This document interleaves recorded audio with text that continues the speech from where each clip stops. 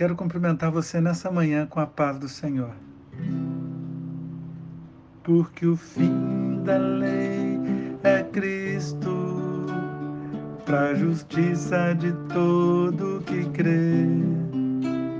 A justiça que é pela fé no Filho de Deus, a quem Deus ressuscitou para nossa justificação. Aleluia, grande salvação.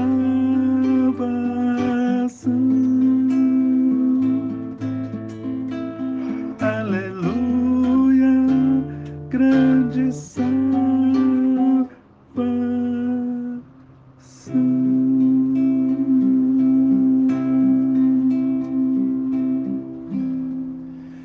A palavra de Deus lá em Mateus 5, 41 a 42 diz assim: se alguém forçar a caminhar com ele 1 milha, vá com ele 2. Dê a quem pede e não volte as suas costas àquele que deseja pedir algo emprestado. Contei outro dia na palavra da reunião de oração sobre um homem que acompanhou seu amigo a uma padaria.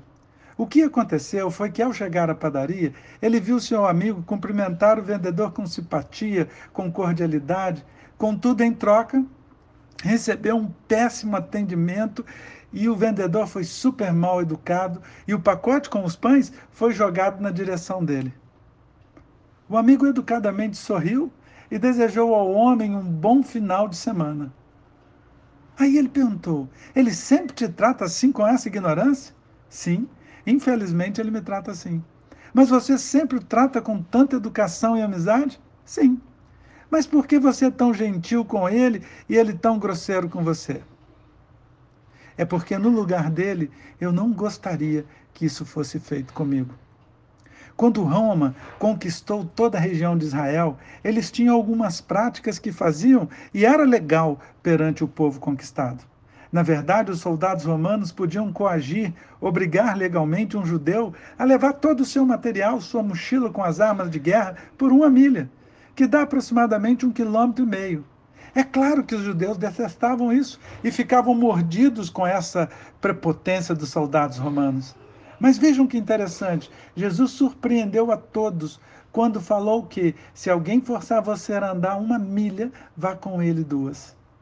Isso era exatamente o contrário do que os judeus queriam fazer, pois eles se sentiam humilhados e não podiam fazer nada além de obedecer.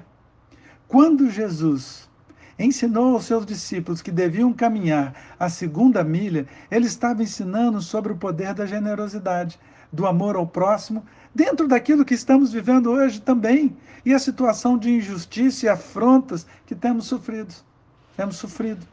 Jesus estava ensinando aos seus discípulos a serem longânimes.